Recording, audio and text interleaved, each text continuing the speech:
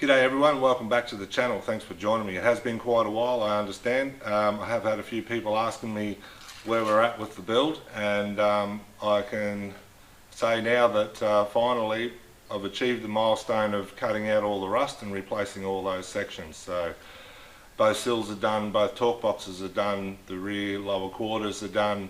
I've stiffened up the floor and fixed those couple of bits and pieces. Now with the guards, I end up replacing the guards with some rare spares items. Credit to rare spares as well. They got them to me in 2 days. So I don't know where they sent them from, but they were here in 2 days up in North Queensland. So that's the quickest delivery I've ever had, I think. So yeah, 2 guards. Anyway, thanks rare spares for those. So I'm running with those for now. I have dummied them up and they seem to fit okay. So we're going to roll with those. Sorry, it's a bit hot here at the moment. We've had a fair bit of rain. Now, okay, so we have had some recent changes with the build where I'm going with it. Originally, I'd said that I just wanted to get it on the road and driving and then build it up from there. But the more I dug into it, the more I realised that it was just going to be a patchwork quilt. So I decided to strip the car back and fix all the rust, obviously, and then put it back into paint. So that's what we're going to do. I've taken some long service leave coming up in later this year, 2023, and I'm basically going to be prepping the car for paint during that period. Like I say, I'm going to wait until the drier, cooler months, if you could call it that up here, but it's going to be the optimum time to be doing that sort of work on a vehicle in the shed here. I'm building my own spray booth. I've made a start on it, but there's not really much to show you at the moment, but I will show you that in a future update. That's basically where I'm going to be painting the car. I've been collecting a lot of material over the course of the few months leading up to now, to try and help with the budget, of course. And anyway, so back to the build. We've stripped it back, we're going to paint it, and the whole idea of the vehicle now is to build it up to be basically a street-driven drag car, if you like. So the closest I guess you could come to is like a pro street type of look is what I'm going for. I want the car quite low, and I want the racing type wheels, and just make the car handle better. So I've been collecting a lot of parts. I've currently got Castlemaine Rod Shop adjustable front end for it with Willwood brakes up the front. Castlemaine Rod Shop 9-inch diff down the back with Willwoods again, disc brakes. It's a shortened diff as well. I'll probably run into that in a bit more depth in a future video to talk about wheel offset and how I'm going to make it fit without. I'm not tubbing the vehicle at the moment. I'm going to try and make it all squeeze in with 10-inch rims with a bead lock on it, with the shortened diff without modifying the inner wheel tub, I suppose. We'll see how that goes, and I'll take you along for that journey when that transpires. But so then also I've got what's the name of the company? Motorfab monoleaf rear end with the traction bar, or whatever you call it, and adjustable shockies for the rear end. So I've got all that stuff sorted, and I can fit all that up. So that's the idea, is pro street sort of look. Now that brings me into the name of the vehicle. I've always had a bit of a nickname for anything, like my dog, my previous car builds that I've done, I've always called them Rogue, and I don't have any of those other cars anymore, and my dog's name is now actually Chook, not Rogue, thanks to Mum and Dad for that. Long story, won't go into it. But anyway, so the XY is going to be a Pro Street Falcon called Rogue XY. And I've got the number plates for it. And so basically this is just me claiming that name for the vehicle right now is Rogue XY. Pro Street Falcon is the whole idea. So it's the road to Pro Street, if you like. It's certainly not going to be all Pro Street straight away because, well, my budget just doesn't allow for it. So it's going to be the road to Pro Street, and with any car build, obviously it takes they go on a journey. So we're going to take our time and we're going to build it up to something that's pretty special. And so anyway, let's get into it. I'll show you what we're up to now.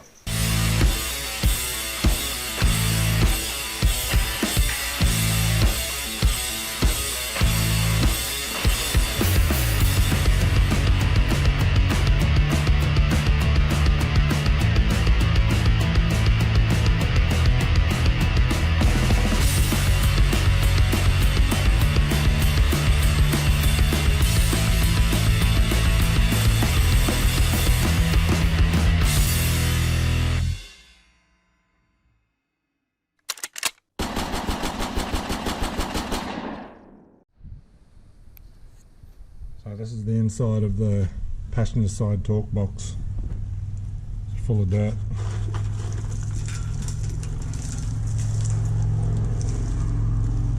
And bull dust, rust.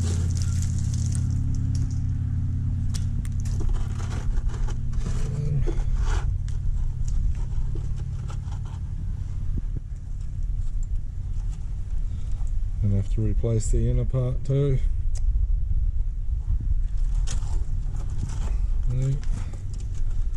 Always worse on the inside. Hurry!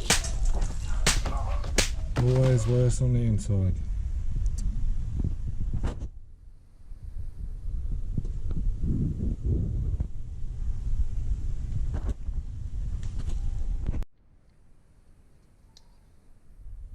Righto, it's another day.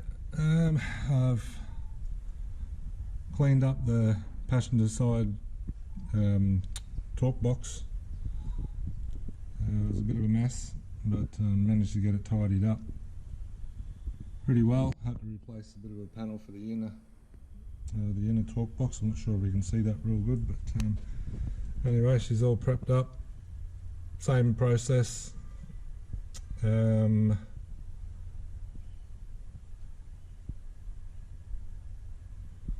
the same process, weld through primer, copper weld through primer, take that up, then spray it with the chassis black bitumen paint, and same with the torque box itself. I had to modify this a little bit because it didn't fit quite well, so I had to cut and weld that flange there. But yeah, same process, pre-drilled it all, copper spray and bitumen paint. So it's come up pretty good, happy with that. Now it's time to whack it in.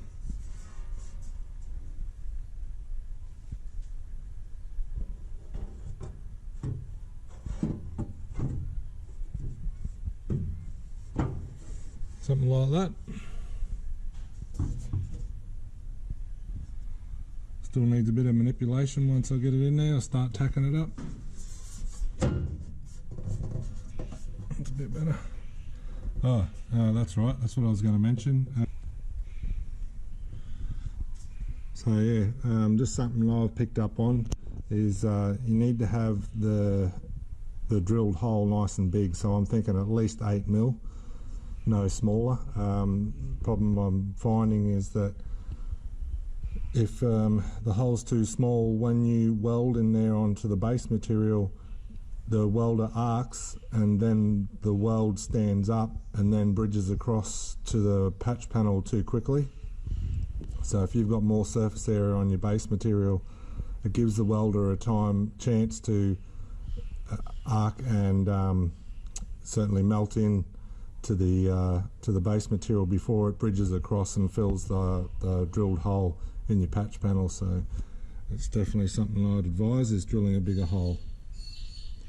And then certainly here, these are 2mm thick panels, so I'm going to be cranking the welder up here. Looks like I'm going to be able to save that Sill extension. It's pitted, but it's still got plenty of good material, so I'm going to stick with that one. The other side needs to come out and be changed, but otherwise this side's fine. Next will be the Sill panel. Alright, so it's a new day. I've started to tackle the passenger side sill. just cut a little bit out to check it out, see how bad it is or how good it is. Compared to the Fairmont, the XW Fairmont that I just done, this one's a lot better. Certainly the inner sill's really good.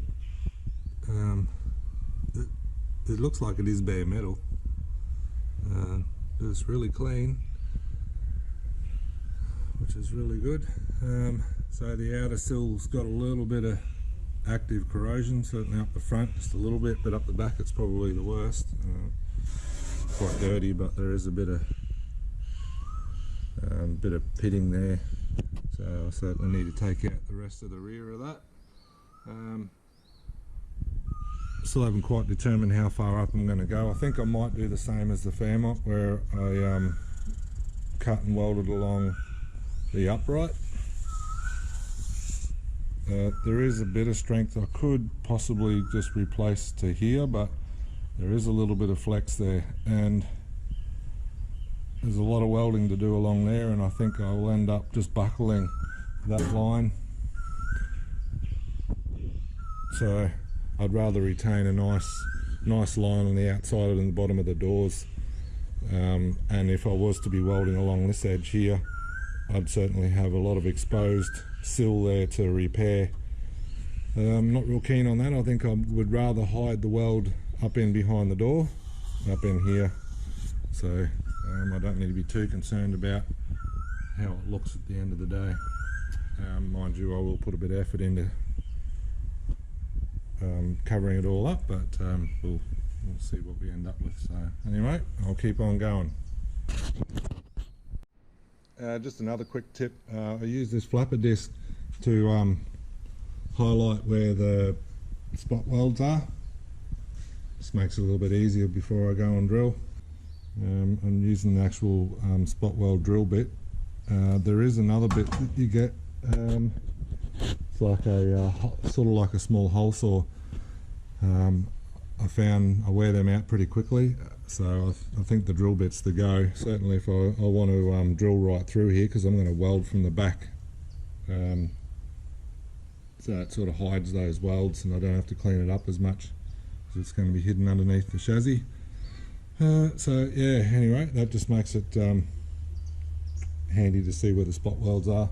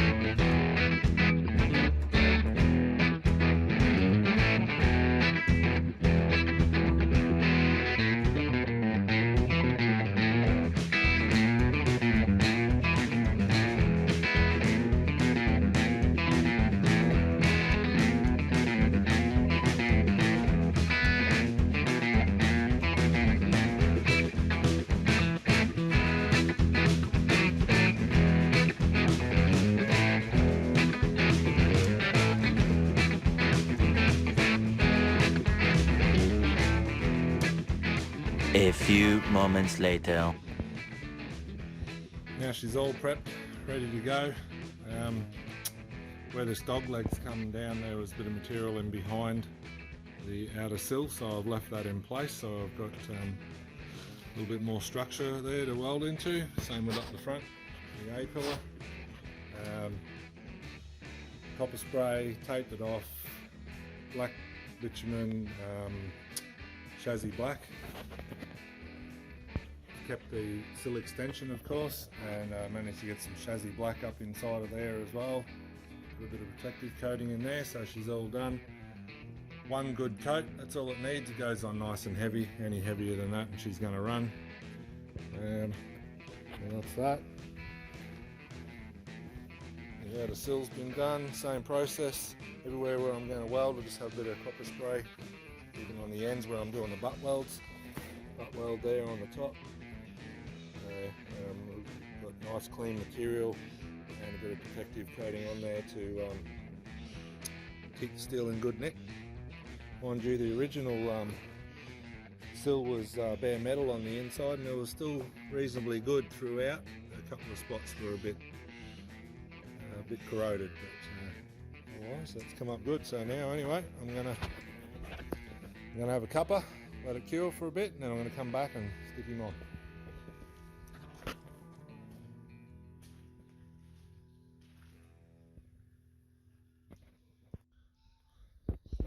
Alright, you lot, so I thought I'd just jump in here and show you a bit of what's going on at the moment. There's a lot that happens that it's just not worth filming, so I'm just going through doing the job and showing you, but I thought I'd just show you where I'm at the moment with replacing this sill panel. It's a lot of work, it really is, especially when the panels, they're not quite right to start with, we know that, but these panels in particular, this radius here, there is too much material in it, and it doesn't seem to matter what you do with it. That material can't go anywhere. You can't bend it anymore. You can't. The only thing you can do is cut it and take it out and re-weld the full length, which I'm not going to do. So I'm just doing the best I can with what I've got. So you can see up here, it's sitting a little bit high than the factory. And here you can see where the excess material is. Yeah, that corner needs to come up a bit, but that's not going to use much of that material at all, if any. And the worst of it was actually at the front. The light's not real good here, but you can probably see a bit of daylight shining through at the bottom there, because all the excess material's at the bottom, because I've got the door gaps to consider up the top here, so I need the top here spot on, and well, all the excess material can be used up down the bottom here where I pinch it back together. It'll have to sit a little bit lower, and the other thing I don't want is it sitting outwards so then it's not lining up with the bottom of the door along the length of the car. Here I've got to obviously cut in, so I've got about 1 mil of material that will go in towards the vehicle, so that'll be fine. So that's why I thought I'd just show you that this is what I'm doing to get the body lines as best as possible. I put all the effort into the top, and the radius will come down and finish wherever it is. I don't believe you'll notice that, because the guard comes down and hangs down quite low here, and obviously there's nothing out the rear, so and I can blend all that in with the rear dog's leg. I thought about contacting the company that I got the sills from, because this is the same company and the same sill that I've used on the XW, and I had exactly the same issue. I believe that radius is just too large, there's too much material in there, they've got to tighten up their tolerances. But so yeah, anyway, that's where I'm up to. I'm just trimming it down. I won't go into a lot of detail with it. In the previous videos I've sort of spoken a bit more about it, where just constantly putting it up, marking things, looking at the lines, take it off, trim it up a little bit. As you can always take little bits off, it's harder to get material back.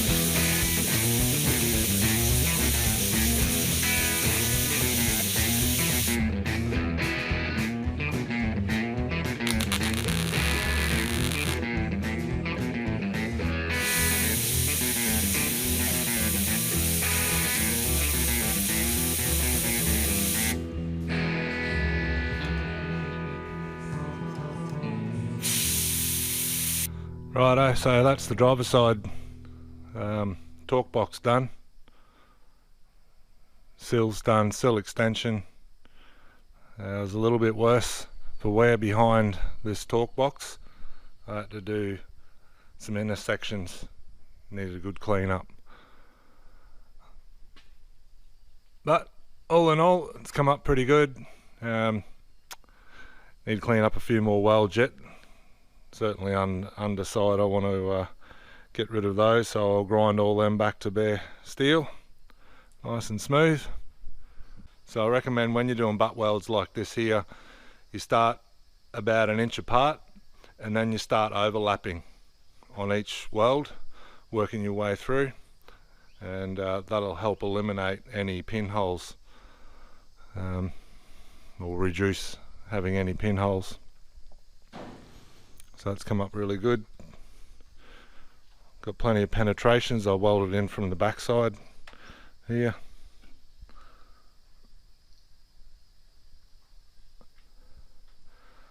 This needs a good clean up, and they will come up all right. Pretty happy with the line. Test fitted doors, make sure that they go on okay, and I'm going to get a decent gap. So that's all good. Alright, that's the build. I've done it to the best of my ability. I'm pretty happy with it. I'm obviously not a tradesman, so you know there's some imperfections in it, sure. I'm going to try and do some body work with the steel before I get it into like primer in that stage. So I'll do the best I can with that, but I'm realistic. I understand that moving forward I'm going to have to rely on the product to help me get the good finish. So with that said, I bought plenty of it. You know, I've got 2 kits of epoxy primer. I've got 2 kits of high build primer. I'm going to buy, when I'm ready, and I'm going to buy 2 kits of the base coat and enough clear to do the job. I don't want to run out. I've heard the horror stories. We see them all the time, like even on YouTube now there's people that have not bought enough paint and have run out and then had to try and mix that colour again. So I don't want to fall into that trap, but like I say, if I'm going to be relying on the product to help me get a good finish, I'm going to make sure I've got plenty of it. I don't want to be running out and trying to skimp, because that's where I'm going to end up cutting corners. I've done it years ago. I'll end up cutting corners and I won't get the finish that I'm looking for. So I'll just spend the money and get the best finish that I possibly can. So anyway, I hope you enjoyed that update. I'm going to continue working on the paint booth and get that up to scratch. The paint booth is built out of necessity. I could go and pay someone to paint the vehicle, but for a fraction of the price I can enclose part of my shed, and then I've got a garage as well, so I can park my Ford, the GT, in there, because it's so dusty out here, and I need to be able to park the vehicle out of the dust, so it's going to serve that purpose once it's done being a paint booth. So I'll share that with you and show you how that all come up. Alright, cheers guys, thanks for watching. Oh, last thing, just want to shout out to Resto Garage. Old mate over there, he's building a Commodore, and he's also taken on a second project, so also good on you mate. It's good to see you building a Ford. I'm really keen to see how that build goes. Kudos to you mate, she's a big job. Building 2 vehicles is a big job, so really keen to see you get into that. You've obviously got a lot of motivation, so good on you for that. But anyway, go check out Resto's garage. He's got some pretty cool stuff going on in his shed. So good on you guys. Thanks again. Take care. Bye now.